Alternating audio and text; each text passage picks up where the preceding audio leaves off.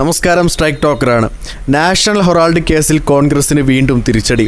തെലങ്കാന മുഖ്യമന്ത്രി രേവന്ത് റെഡ്ഡിയും കർണാടക ഉപമുഖ്യമന്ത്രി DK ശിവകുമാറും EDയുടെ അന്വേഷണ പരിധിയിൽ.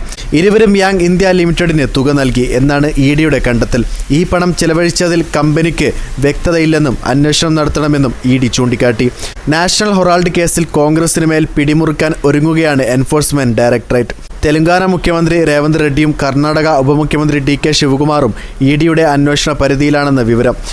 DK ശിവകുമാർ 25 ലക്ഷം രൂപ നേരിട്ടും 2 കോടി ട്രസ്റ്റ് വഴിയും യാങ് ഇന്ത്യക്ക് കൈമാറിയിട്ടുണ്ട്. രേവന്ത് റെഡ്ഡി നിരവധി പേരോട് യാങ് ഇന്ത്യക്ക് സംഭാവന നൽകാൻ ആവശ്യപ്പെട്ടെന്നുമാണ് EDയുടെ കണ്ടെത്തൽ. 80 ലക്ഷം രൂപ രേവന്ത് റെഡ്ഡി വഴി യാങ് ഇന്ത്യ ലിമിറ്റഡിൽ എത്തിയെന്നും ED കണ്ടെത്തിയിട്ടുണ്ട്. 2019 മുതൽ 2022 വരെയുള്ള കാലയളവിലാണ് യാങ് ഇന്ത്യ ലിമിറ്റഡിൻ്റെ അക്കൗണ്ടുകളിൽ പണം എത്തിയത്. തുക എങ്ങനെ ചിലവാക്കി എന്നതിൽ വ്യക്തതയില്ലെന്നും ED കണ്ടെത്തിയിട്ടുണ്ട്.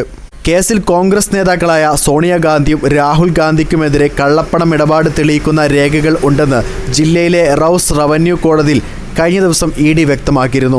കള്ളപ്പണം വെളുപ്പിച്ചതിൽ ഇരുവർക്കും വ്യക്തമായ പങ്കുണ്ടെന്നും 142 കോടിയോളം രൂപ ഇവർക്ക് ലഭിച്ചതായും ED കണ്ടെത്തിയിട്ടുണ്ട്.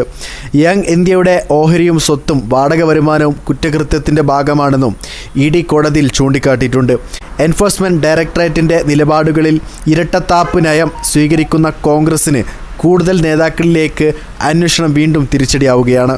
വീഡിയോ ഇഷ്ടമായ ലൈക്ക് ചെയ്യുക, നിങ്ങളുടെ അഭിപ്രായങ്ങൾ രേഖപ്പെടുത്തുക. കൂടുതൽ വീഡിയോസുകൾക്കായി ഈ ചാനലിലൂടെ തന്നെ സബ്സ്ക്രൈബ് ചെയ്യുക. This is strike talker signing off.